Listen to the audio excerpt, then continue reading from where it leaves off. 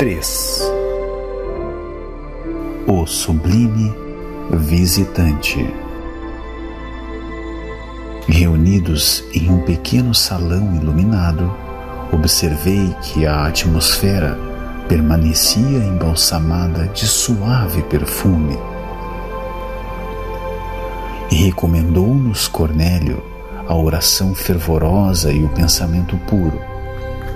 Tomando-nos a dianteira, o instrutor estacou à frente de reduzida câmara, estruturada em substância análoga ao vidro puro e transparente.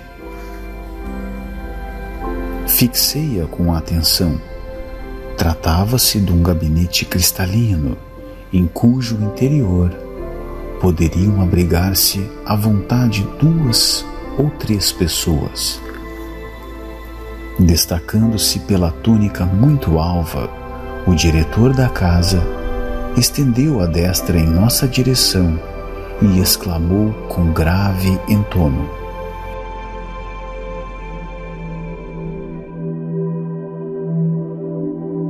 os emissários da providência não devem semear a luz sem proveito.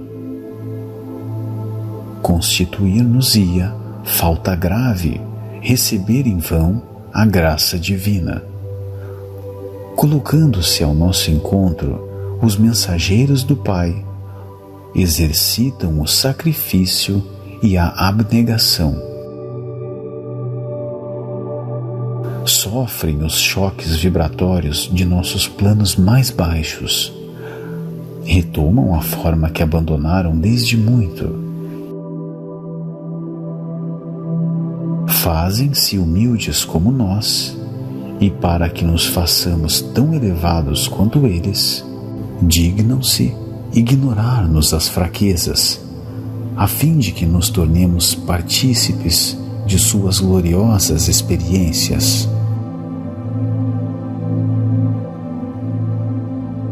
Interrompeu o curso das palavras, fitou-nos em silêncio e prosseguiu noutro tom.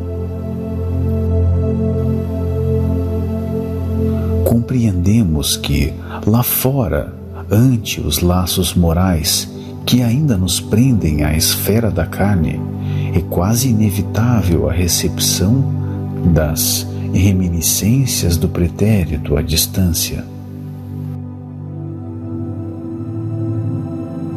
A lembrança tange as cordas da sensibilidade e sintonizamos com o passado inferior.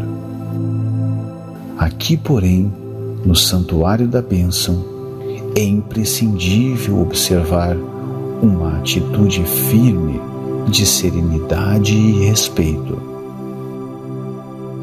O ambiente oferece bases à emissão de energias puras e, em razão disso, responsabilizaremos os companheiros presentes por qualquer minúcia desarmônica no trabalho a realizar. Formulemos, pois, os mais altos pensamentos ao nosso alcance, relativamente à veneração que devemos ao Pai Altíssimo.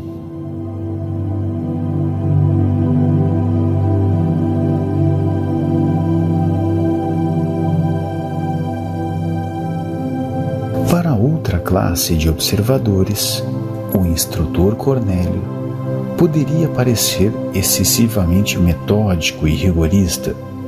Entretanto, não para nós, que lhe sentíamos a sinceridade profunda e o entranhado amor às coisas santas. Após longo intervalo, destinado à nossa preparação mental, tornou ele sem afetação: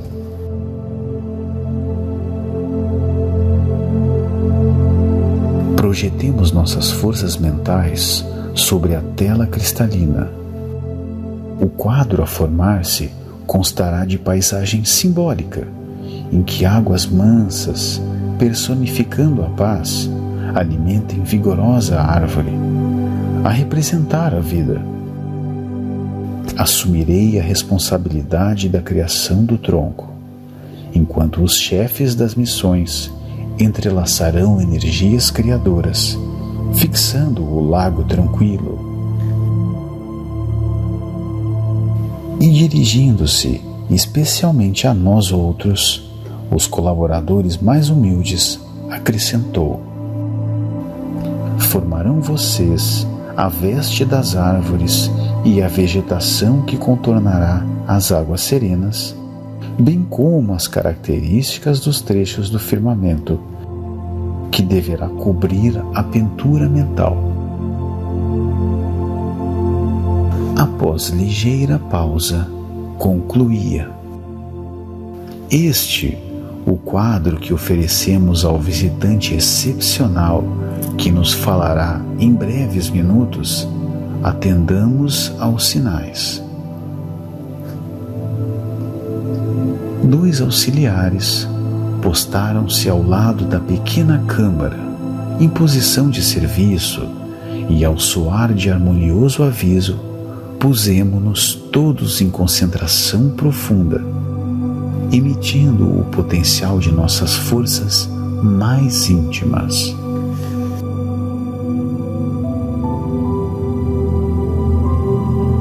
Senti a pressão do próprio esforço que minha mente se deslocava na direção do gabinete de cristal, onde acreditei penetrar, colocando tufos de grama junto ao desenho do lago que deveria surgir. Utilizando as vigorosas energias da imaginação, recordei a espécie de planta que desejava naquela criação temporária, trazendo-a do passado terrestre para aquela hora sublime. Estruturei todas as minúcias das raízes, folhas e flores e trabalhei intensamente na intimidade de mim mesmo, revivendo a lembrança e fixando-a no quadro com a fidelidade possível. Fornecido o sinal de interrupção, retomei a postura natural de quem observa, a fim de examinar os resultados da experiência, e contemplei. Oh, maravilha! Jazia o gabinete fundamente transformado. Águas de indefinível beleza e admirável azul celeste refletiam uma nesga de firmamento, banhando as raízes de venerável árvore, cujo tronco dizia em silêncio da própria grandiosidade. Miniaturas prodigiosas de cúmulos e nimbos estacionavam no céu, parecendo pairar muito longe de nós. As bordas do lago, contudo, figuravam-se quase nuas, e os galhos do tronco apresentavam-se vestidos escassamente. O instrutor célere retomou a palavra e dirigiu-se a nós com firmeza. Meus amigos, a vossa obrigação não foi integralmente cumprida. Atentai para os detalhes incompletos e exteriorizai vosso poder dentro da eficiência necessária. Tendes ainda 15 minutos para terminar a obra.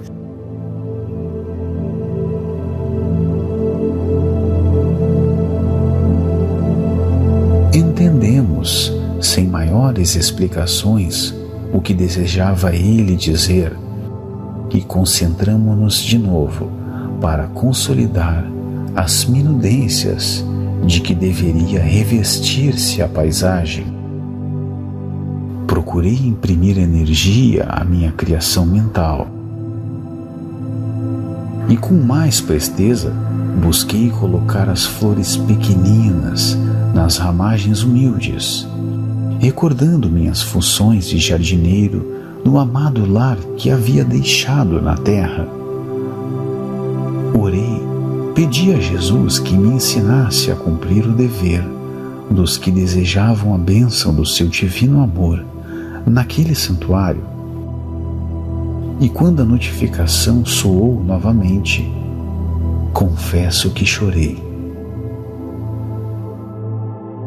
O desenho vivo da gramínea que minha esposa e os filhinhos tanto haviam estimado em minha companhia no mundo, adornava as margens com um verde maravilhoso, e as mimosas flores azuis, semelhando-se a miosótias silvestres, surgiam abundantes. A árvore cobrira-se de folhagem farta e vegetação de singular formosura completava o quadro, que me pareceu digno de primoroso artista da terra. Cornélio sorriu, evidenciando grande satisfação, e determinou que os 2 auxiliares conservassem a destra unida ao gabinete. Desde esse momento, como se uma operação magnética desconhecida fosse posta em ação, minha pintura coletiva começou a dar sinais de vitalidade temporária. Algo de leve e imponderável, semelhante a caricioso sopro da natureza, agitou brandamente a árvore respeitável, balouçando-se os arbustos e a minuciosa erva a se refletirem nas águas muito azuis, docemente encrespadas de instante em instante.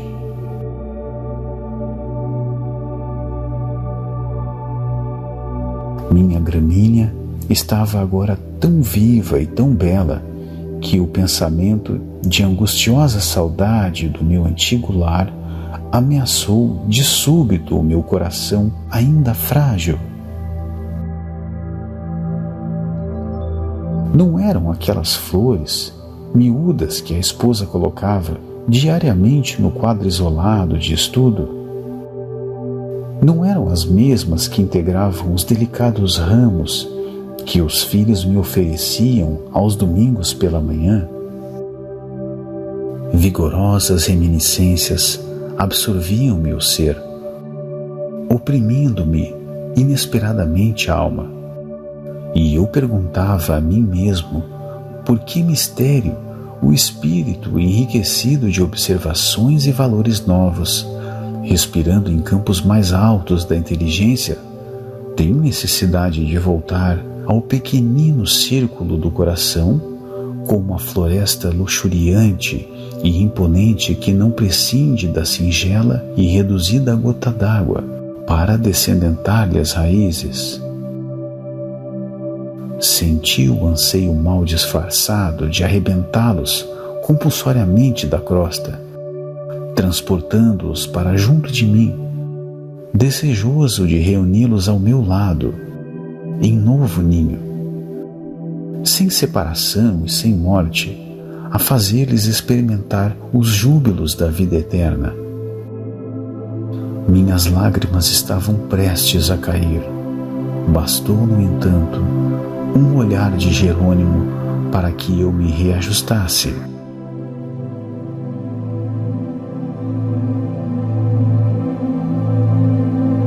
Arremessei para muito longe de mim toda a ideia angustiosa e consegui reaver a posição de cooperador decidido nas edificações do momento. Comélio, de pé, ante a paisagem viva, enquanto nos mantínhamos sentados, estendeu os braços na direção do alto e suplicou: Pai da criação divina, permite ainda uma vez, por misericórdia, que os teus mensageiros excelsos sejam portadores da tua inspiração celeste para esta casa consagrada aos júbilos de tua bênção. Senhor, fonte de toda a sabedoria, dissipa as sombras que ainda persistem em nossos corações, impedindo-nos a gloriosa visão do porvir que nos reservaste. Faze vibrar entre nós o pensamento augusto e soberano de confiança, sem mescla, e deixa-nos perceber a corrente benéfica de tua bondade infinita, que nos lava a mente mal desperta e ainda evaída de escuras recordações do mundo carnal. Auxilia-nos a receber dignamente teus devotos emissários.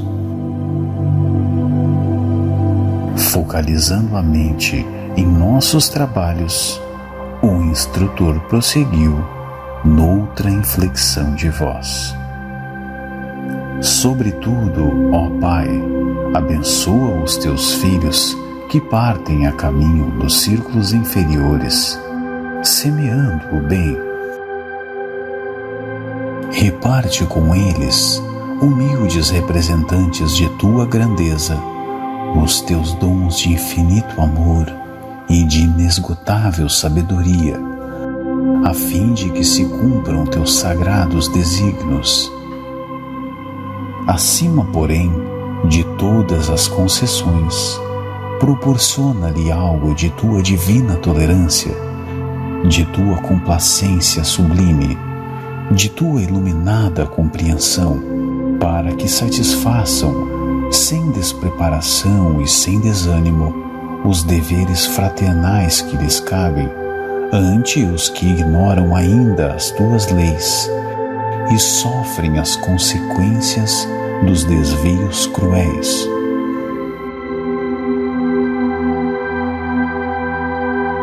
Calou-se o orientador do santuário e, dentro da imponente quietude da câmara, vimos que a paisagem, formada de substância mental, começou a iluminar-se inexplicavelmente em seus mínimos contornos.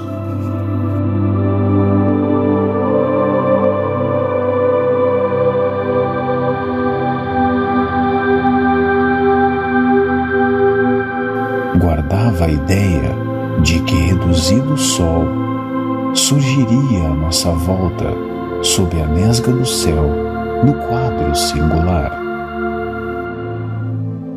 Raios fulgurantes penetravam o fundo esmeraldino e vinham refletir-se nas águas. Cornélio, de mãos erguidas para o alto, mas sem qualquer expressão ritualística, em vista da simplicidade espontânea de seus gestos, exclamou: Bem-vindo, seja o portador de nosso Pai amantíssimo. Nesse instante, sob nossos olhos atônitos, alguém apareceu no gabinete. Entre a vegetação e o céu, semelhava-se a um sacerdote de culto desconhecido, trajando túnica lirial. Fisionomia simpática de ancião, representava-se nimbado de luz indescritível, e seu olhar nos mantinha extasiados e presos, num misto de veneração e encantamento, sem que nos fosse possível qualquer fuga mental de sua presença sublime. Via-se-lhe apenas o busto cheio, parecendo-me que os seus membros inferiores se ocultavam naturalmente na folhagem abundante. Seus braços e mãos, todavia, revelavam-se com todas as minudências anatômicas, porque com a destra nos abençoava, num gesto amplo, mantendo na outra mão pequeno rolo de pergaminhos brilhantes, deixando-nos perceber dourado cordão atado à cinta. Visivelmente sensibilizado, o diretor da casa saudou nominalmente: Venerável Asclépios, sê conosco. O emissário, em voz clara e sedutora, desejou-nos a paz do Cristo e, em seguida, dirigiu-nos a palavra em tom inexprimível na linguagem humana. Abstenho-me aqui de qualquer tradução incompleta e imperfeita, atendendo a imperativos de consciência. Ouvimo-lo sob infinita emoção, sem que qualquer de nós contivesse as lágrimas. O verbo do admirável mensageiro que chegava das esferas superiores, trazendo-nos a bênção divina, caía-nos na alma de modo intraduzível e acordava-nos o Espírito Eterno para a infinita glória de Deus e da vida imortal.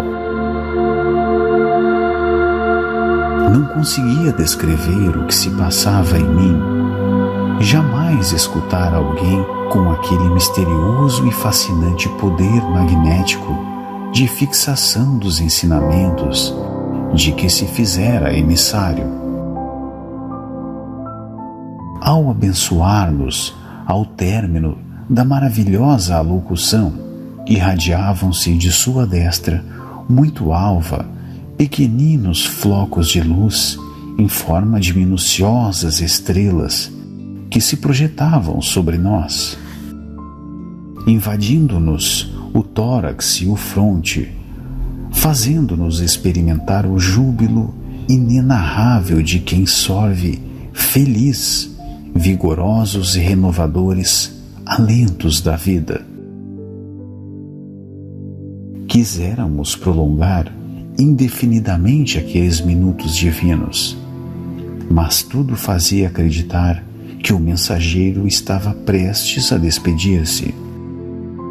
Interpretando, contudo, o pensamento da maioria, Cornélio dirigiu-lhe a palavra e indagou, humilde, se os irmãos presentes poderiam endereçar-lhe algumas solicitações.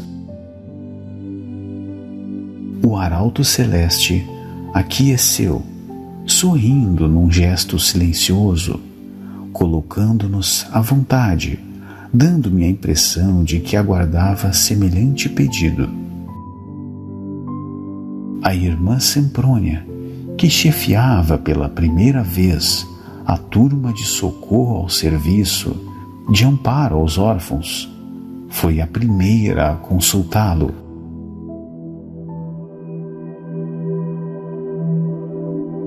Venerável amigo, disse com transparente sinceridade, temos algumas cooperadoras na crosta que esperam de nós uma palavra de ordem e reconforto para prosseguirem nos serviços a que se devotaram de coração fiel.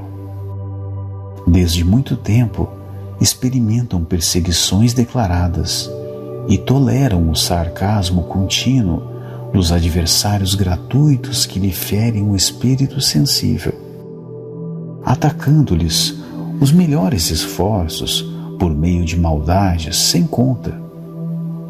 Inegavelmente, não cedem ante os fantasmas da sombra e mobilizam as energias no trabalho de resistência cristã, exercendo funções de colaboradora nessa expedição de socorro que agora chefio pela primeira vez.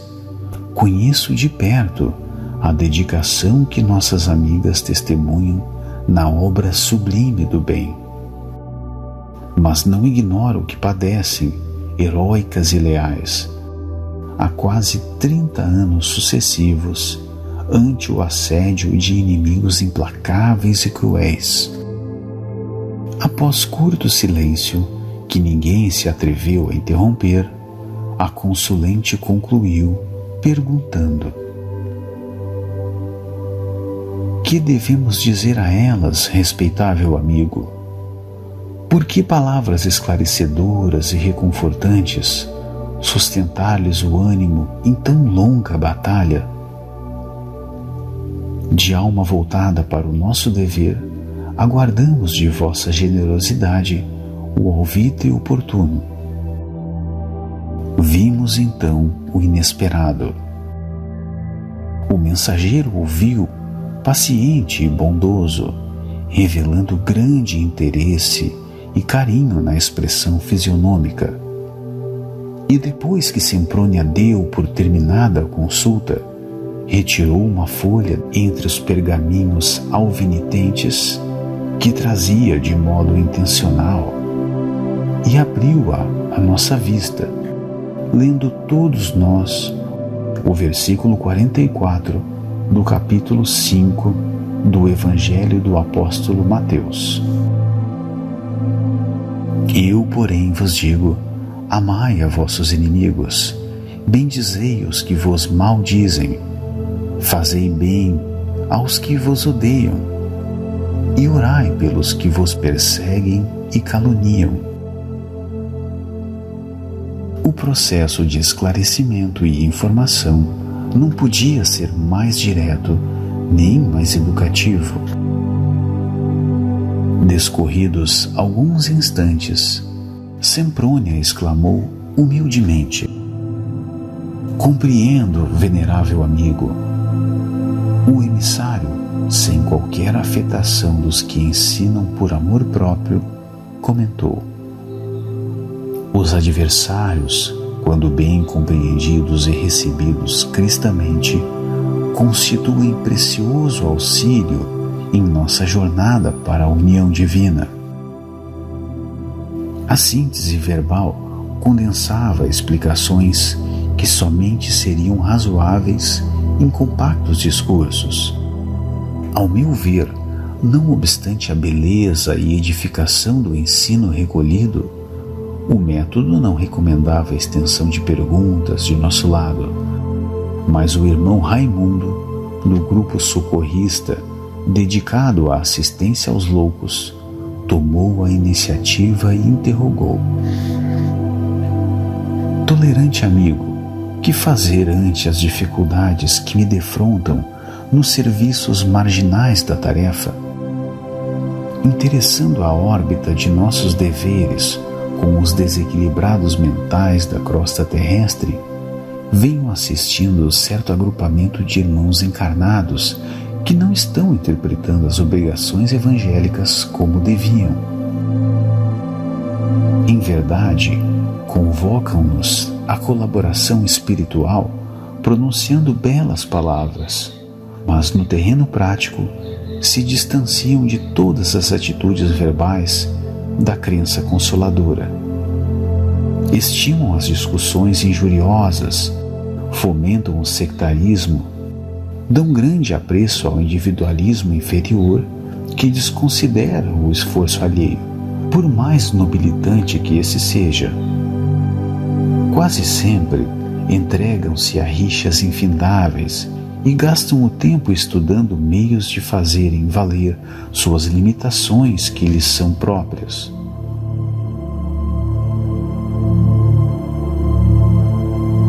Por mais que lhes ensinemos a humildade, recorrendo não a nós, mas ao exemplo do eterno Cristo, mais se avoram em críticos impiedosos, não apenas uns aos outros, e sim de setores e situações, pessoas e coisas que não lhes dizem respeito, incentivando a malícia e a discórdia, o ciúme e o desleixo espiritual. No entanto, reúnem-se metodicamente e nos chamam à cooperação em seus trabalhos. Que fazer, todavia, respeitável orientador, para que maiores perturbações não se estabeleçam? O mensageiro esperou que o consulente se desse por satisfeito em suas indagações e, em seguida, muito calmo, repetiu a operação anterior e tivemos ante os olhos outro pergaminho com a inscrição do versículo 11 do capítulo 6 da primeira epístola do apóstolo Paulo a Timóteo. Mas tu, ó homem de Deus, foge destas coisas e segue a justiça, a piedade, a fé, a caridade, a paciência, a mansidão. Permaneceu Raimundo na expectativa, figurando-se-nos não haver interpretado a advertência quanto devia, mas a explicação sintética do visitante não se fez esperar. O discípulo que segue as virtudes do Mestre, aplicando-as a si próprio, foge às inutilidades do plano exterior, acolhendo-se ao santuário de si mesmo e auxilia os nossos irmãos imprevidentes e perturbados, rixosos e ingratos, sem contaminar-se. Registrando as palavras sábias de Asclépios, Raimundo pareceu acordar para a verdade e murmurou com algum desapontamento: aproveitarei a lição. Novo silêncio verificou-se entre nós. A irmã Lúcia, porém, que nos integrava o pequeno grupo, tomou a palavra e perguntou: esclarecido mentor, esta é a primeira vez que vou à crosta em tarefa definida de socorro. Podereis fornecer-me, porventura, a orientação de que necessito? O emissário, que parecia trazer respostas bíblicas preparadas de antemão, desdobrou nova folha e lemos admirados o versículo 9 do capítulo 4 da primeira epístola do apóstolo da gentialidade aos Tessalonicenses. Quanto, porém, à caridade fraternal, não necessitais que vos escreva, visto que vós mesmos estáis instruídos por Deus, que vos ameis uns aos outros. Algo confundida, Luciana observou reverente: compreendo. O evangelho aplicado, comentou o mensageiro delicadamente, ensina-nos a improvisar os recursos do bem nas situações mais difíceis. Fez-se, de novo, extrema quietude na câmara. Talvez pelo nosso péssimo hábito de longas conversações sem proveito, adquirido na crosta planetária, não encontrávamos grande encontro naquelas respostas francas e diretas, sem qualquer lisonja ao nosso personalismo dominante. Rolavam instantes pesados quando observamos a gentileza e a sensibilidade do diretor do Santuário da Bênção. Notando que Semprônia, Raimundo e Luciana eram alvos de nossa indiscreta curiosidade, Cornélio inquiriu Asclépios, como se fora mero aprendiz: que faze para conservar alegria no trabalho, perseverança no bem e devotamento à verdade? O mensageiro contemplou-o num sorriso de aprovação e simpatia, identificando-lhe o ato de amor fraternal, e descerrou no pergaminho em que se lia o versículo 16 do capítulo 5 da primeira carta de Paulo aos Tessalonicenses: regozijai-vos sempre. Em seguida falou jovial: a confiança no poder divino é a base do júbilo cristão, que jamais deveremos perder. O instrutor Cornélio meditou alguns momentos e rogou humilde: ensina-nos sempre, venerável irmão. Decorreram minutos sem que os demais utilizassem a palavra. Fazendo menção de despedir-se, o sublime visitante comentou afável: à medida que nos integramos nas próprias responsabilidades, compreendemos que a sugestão direta nas dificuldades e realizações do caminho deve ser procurada como o supremo orientador da Terra. Cada espírito, herdeiro e filho do Pai Altíssimo, é um mundo em si, com as suas leis e características próprias.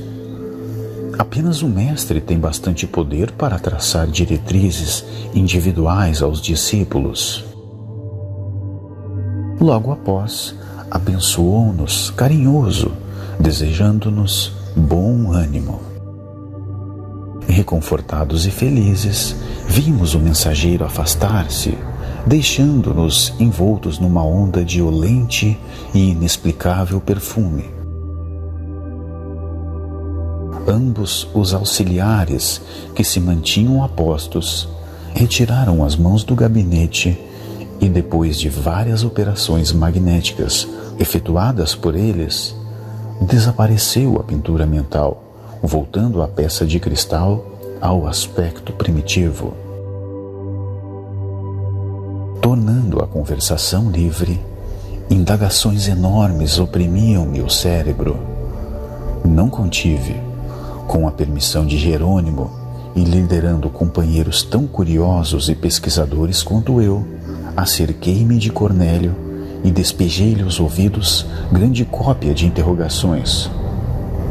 Acolheu-me benévolo e informou: pertence a Asclépios a comunidades redimidas do plano dos imortais, nas regiões mais elevadas da zona espiritual da Terra.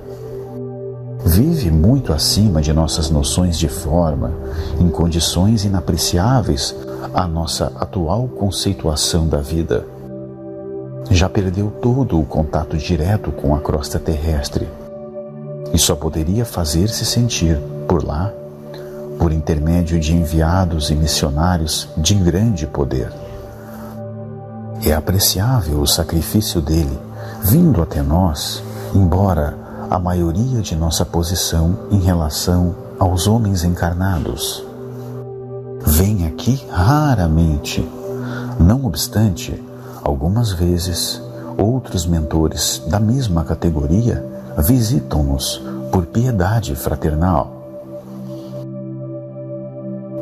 Não podemos, por nossa vez, demandar o plano de Asclépios a fim de conhecer-lhe a grandeza e a sublimidade? Perguntei.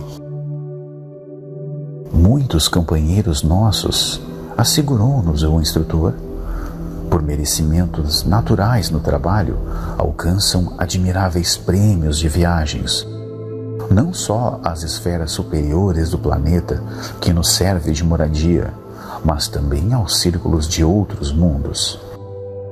Sorriu e acrescentou: não devemos esquecer, porém, que a maioria efetua semelhantes excursões somente na qualidade de viajadores, em processo estimulante do esforço pessoal, à maneira de jovens estudantes de passagem rápida pelos institutos técnicos e administrativos de grandes nações. Raros são os filhos do planeta em condições de representá-lo dignamente noutros orbes e círculos da vida do nosso sistema. Não me deixei impressionar e prossegui perguntando: Asclépios, todavia, não mais encarnará na crosta? O instrutor gesticulou significativamente e esclareceu: poderá encarnar com missão de grande benemerência, se quiser, mas há intervalos de 5 ou 8 séculos entre as reencarnações. Oh Deus! Exclamei, como é grandioso semelhante estado de elevação! Constitui sagrado estímulo para todos nós, ajuntou o mentor, atenciosamente. Devemos acreditar, interroguei admirado, seja esse o mais alto grau de desenvolvimento espiritual no universo? O diretor da casa sorriu compassivo em face da minha ingenuidade e considerou: de modo algum, Asclépios relaciona-se entre abnegados mentores da humanidade terrestre, partilha de soberana elevação da coletividade a que pertence, mas efetivamente é ainda a entidade do nosso planeta, funcionando embora em círculos mais altos de vida. Compete-nos peregrinar muito tempo no campo evolutivo para lhe atingirmos as pegadas. No entanto, acreditamos que nosso visitante sublime suspira por integrar-se no quadro de representantes do nosso orbe, junto às gloriosas comunidades que habitam, por exemplo, Júpiter e Saturno. Os componentes dessas, por sua vez, esperam ansiosos o instante de serem convocados às divinas assembleias que regem o nosso sistema solar. Entre essas últimas estão os que aguardam, cuidadosos e vigilantes, o minuto em que serão chamados a colaborar com os que sustentam a constelação de Hércules, cuja família pertencemos. Os que orientam nosso grupo de estrelas aspiram naturalmente a formar, um dia, na coroa de gênios celestiais que amparam a vida e a dirigem-na no sistema galáctico em que nos movimentamos. E sabe, meu amigo, que a nossa Via Láctea, viveiro e fonte de milhões de mundos, é somente um detalhe da criação divina, numa nesga do universo? As noções de infinito encerraram a reunião encantadora do Santuário da Bênção. Cornélio estendeu-nos a mão, almejando-nos felicidade e paz. E despedimo-nos sob enorme impressão entre a saudade e o reconhecimento.